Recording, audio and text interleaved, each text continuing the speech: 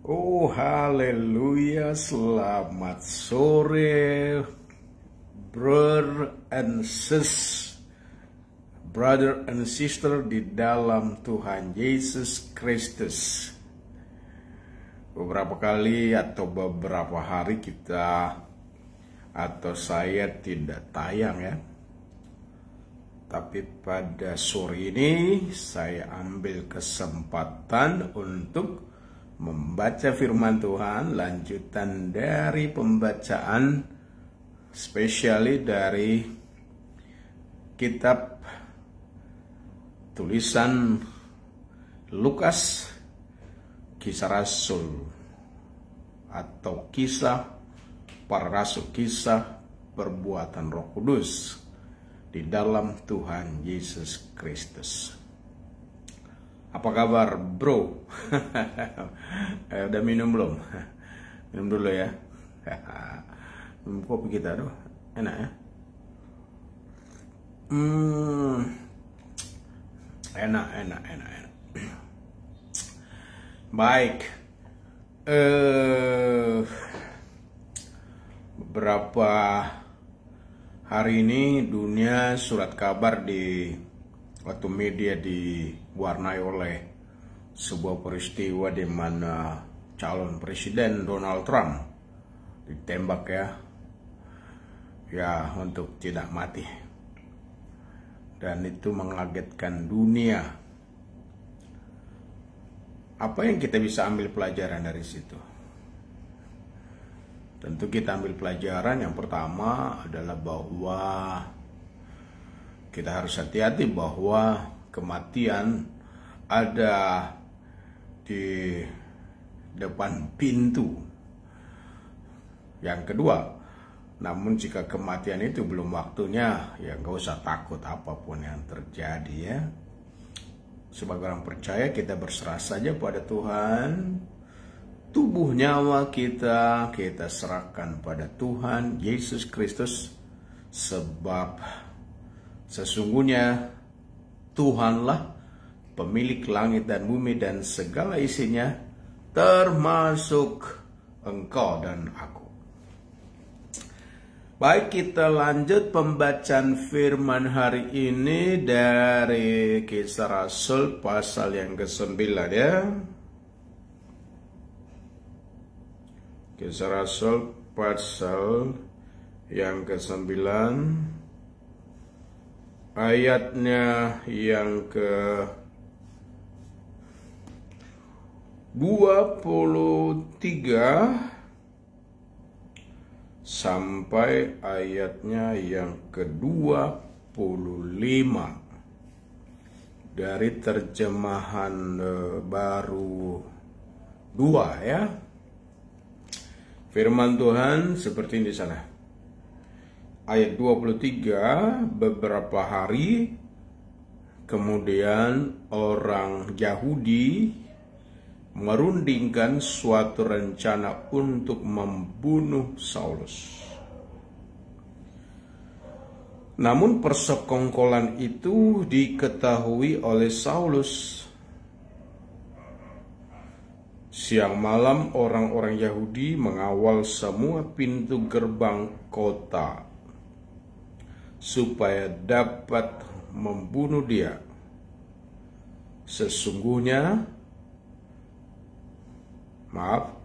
Sungguh pun demikian pada suatu malam, murid-muridnya mengambilnya dan menurunkannya dari atas tembok kota dalam sebuah keranjang. Menarik ya, ada keranjang ya. Dari situ saya bilang ada keranjang Saulus, keranjang yang muat badannya, dan keranjang itu bukan keranjang buah, tapi keranjang seorang yang diselamatkan oleh murid-murid agar tidak mati di tangan orang-orang Yahudi. Nah, jadi yang kita pelajari adalah judulnya Keranjang Saulus. Dari keranjang ini kita bisa bagi topik diskusi kita atau topik perenungan kita, yaitu nomor 1, sebelum Saulus dimasukkan ke dalam keranjang. Nomor 2, Saulus di dalam keranjang. Dan yang ketiga adalah Saulus sesudah dilepaskan dari keranjang. Nah, yang pertama kita lihat Saulus sebelum masuk keranjang. Tentu bagi teman-teman yang rajin membaca Alkitab mulai dari pasal yang ke-7, 8, lalu sampai pada 9 ini, pasti memahami apa yang saya maksud. Sebelum dimasukkan ke dalam keranjang. Sebelum dimasukkan dalam keranjang, siapa itu Saulus? Saulus adalah seorang pembelajar, belajar pada guru besar namanya Gamaliel.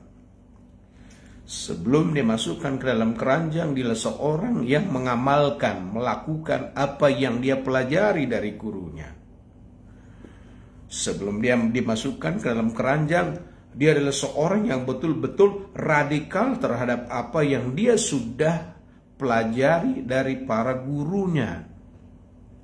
Dia termasuk golongan yang ahli dalam Taurat dan juga percaya betul dalam agama Yahudi, Yudaisme. Sebelum dia masuk dalam keranjang, dia tidak percaya kepada Yesus Kristus. Padahal Yesus Kristus adalah pribadi yang sudah dinubuatkan dalam kitab-kitab yang dia pelajari. Tetapi dia tidak memahami itu. Karena begitu radikalnya, begitu mendasarnya, begitu berakarnya Rasul Paulus pada apa yang dia pelajari dari hukum Taurat, maka dia meyakini bahwa orang-orang Kristen Nasrani yang percaya kepada Yesus Kristus itu adalah musuh daripada iman yang dia percayai. Dan untuk itu dia tidak tinggal diam, saudaraku. Dia mengadakan tindakan radikal.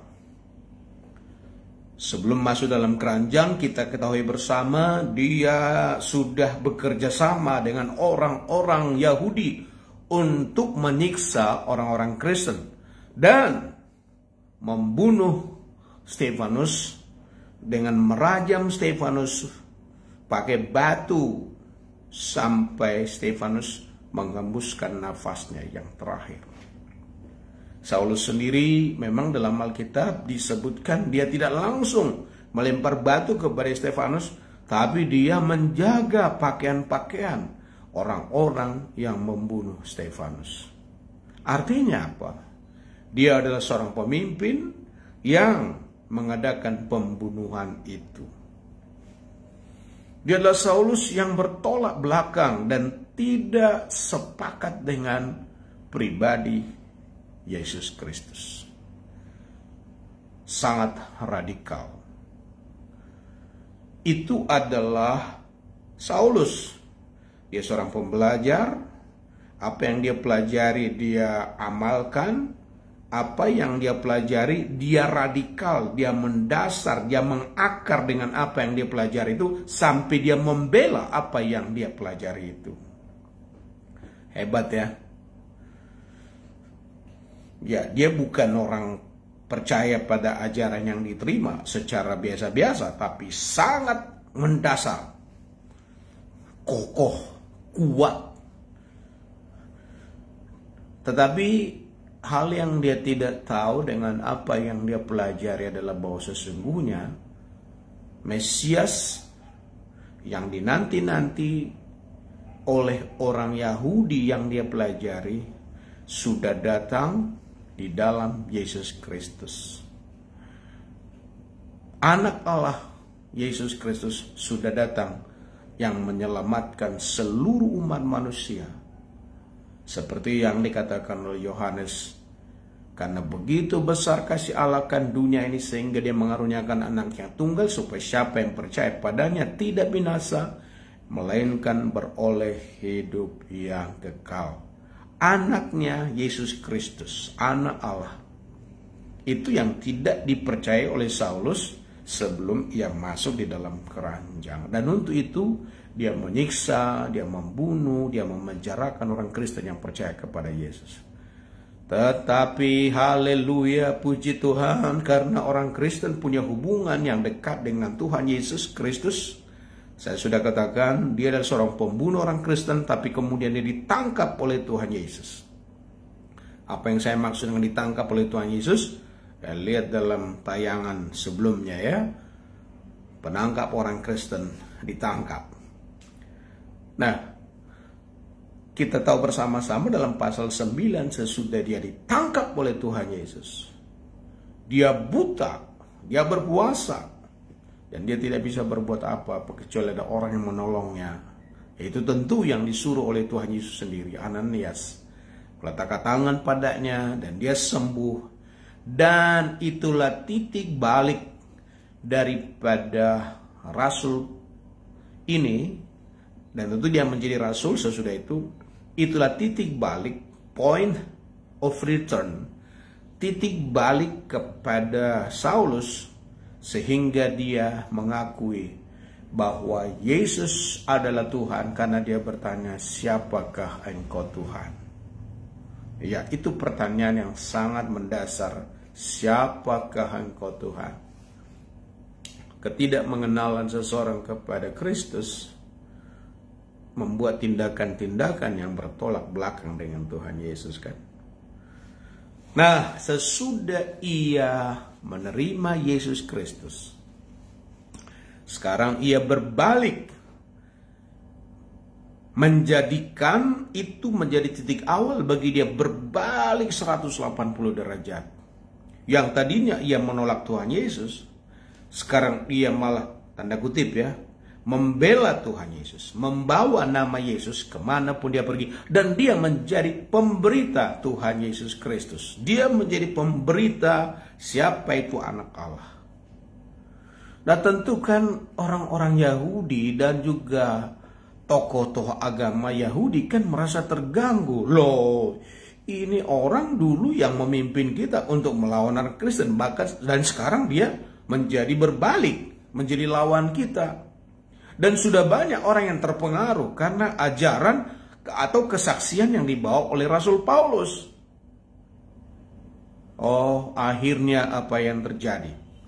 Dalam pembacaan yang tadi kita baca, beberapa hari kemudian, orang Yahudi merundingkan suatu rencana untuk membunuh Saulus. Tadinya ia membunuh, dan sekarang dia sudah ditangkap oleh Yesus Kristus. Dan karena dia percaya pada Yesus Kristus, sekarang orang-orang Yahudi merundingkan untuk membunuh Saulus. Pembunuh orang Kristen. Dan sekarang dia juga diburu oleh orang-orang yang sama dengan kepercayaannya dulu. Menakjubkan ya. Bisa nggak saudara bayangkan bagaimana? Mereka berunding, oh gimana ini orang ini dulu kawan kita, sekarang dia sudah berbalik. Ya sudah, daripada nanti orang-orang yang sepercaya dengan kita, itu orang-orang Yahudi, makin banyak terpengaruh, dipengaruhi oleh Saulus. Kita bunuh aja dia supaya dia sekalian habis. Dan Alkitab berkata tadi, persekongkolan, perundingan itu diketahui oleh Saulus sendiri. Karena siang malam orang Yahudi mengawal di semua pintu gerbang kota. Bayangkan berapapun ruangan itu dikawal. Kalau Saulus keluar dari sana ditangkap dan dia akan diseret dan dibunuh. Orang-orang yang sudah percaya juga kepada Yesus Kristus yang dimuridkan oleh Rasul Paulus tahu itu. Dan akhirnya yang kita lihat adalah dalam ayat yang ke-25, sungguh pun demikian pada suatu malam murid-muridnya mengambilnya dan menurunkannya dari atas tembok kota dalam sebuah keranjang. Sekarang dia ada di dalam keranjang. Sebelumnya dia di luar keranjang, sekarang dia ada di dalam keranjang. Apa yang saudara bayangkan ketika dia di keranjang? Dia terombang-ambing antara hidup dan mati. Kalau dia jatuh mati, dia sekarang tidak bisa menyelamatkan dirinya sendiri, dan dia tergantung hanya pada Tuhan dan murid-muridnya. Tidak ada lagi pertolongan selain Tuhan Yesus Kristus dan murid-murid yang percaya kepada Tuhan Yesus. Saya bisa bayangkan waktu itu dia pasrah, berserah sepenuhnya. Kalau mati, biarlah mati di dalam Tuhan. Kalau hidup, hidup untuk Tuhan. Dan haleluya, segala puji hormat bagi Tuhan. Ketika dia diturunkan, dia diselamatkan. Tidak mati sebelum waktunya. Memang sebelum waktunya mati gak akan mati kan? Jangan pernah takut saudaraku dalam kehidupan ini. Kalau belum waktunya mati gak mati kok. Ya, tetaplah yakin dan berani menyampaikan kesaksian bahwa Yesus Kristus adalah Tuhan. Kita saya jadi teringat itu waktu dulu ada pengintai diutus oleh Musa untuk diutus oleh Yosua. Diutus oleh Musa untuk mengintai Kanaan ya. Mereka juga kan aneh kan, tanda kutip aneh ya. Mereka malah menginap di tempat pelacur. Itu hebat itu cara Tuhan memelihara. Sebetulnya juga mereka itu kan pengintai itu sudah mau dibunuh, tetapi malam-malam juga dia diturunkan dari tembok. Terjadi itu seperti pada Saulus. Jadi pada waktu Saulus diturunkan antara mati dan hidup, tapi pada waktu dia ada di dalam keranjang itu, dia sungguh berserah tentunya kepada Tuhan dan kepada orang-orang yang menurunkannya di keranjang. Dan sekarang kita tiba pada perenungan sesudah dari keranjang. Apa sih yang terjadi? Sesudah ia keluar dari keranjang, dia menjadi pemberita Injil yang luar biasa kepada orang-orang kafir, kepada orang-orang yang bukan Yahudi, menyampaikan bahwa Yesus Kristus adalah anak Allah. Dalam tulisan-tulisannya nampak benar siapa Yesus. Dia berani berkata bahwa Yesus adalah karunia Allah. Yesus adalah Tuhan. Yesus adalah yang tadinya duduk bersama dengan Bapa, tapi dia tidak menganggap kesetaraan dengan Allah itu yang harus dipertahankan, melainkan ia mengosongkan dirinya, bahkan rela menjadi manusia dan mati di atas kayu salib. Itulah semuanya sangat meninggikan dia dan mengaruniakan padanya nama di atas segala nama. Itu kan tertulis dalam kitab Filipi kan. Setelah dia keluar dari keranjang, dia sangat efektif memberitakan siapa itu Yesus Kristus. Dan dialah yang berkata dengan pernyataan yang sangat luar biasa, itu adalah, bagiku hidup adalah Kristus dan mati adalah keuntungan. Kalau aku hidup sekarang, aku hidup bagi Kristus. Dan kalau mati bagiku adalah keuntungan. Dalam kitab Galatia dikatakan, adapun hidupku ini bukan aku lagi, melainkan Kristus yang ada di dalam aku. Sesudah ia keluar dari keranjang, harapan satu-satunya hanya Yesus Kristus. Yang dia beritakan satu-satunya adalah Yesus Kristus. Yang dia kasihi satu-satunya yang terutama dalam hidupnya adalah Yesus Kristus. Yang dia tunggu-tunggu akan datang, bangkit, dan akan datang pada kali yang kedua adalah Yesus Kristus. Yang dia harapkan dan kepada siapa ia menyerahkan dirinya adalah Tuhan Yesus Kristus.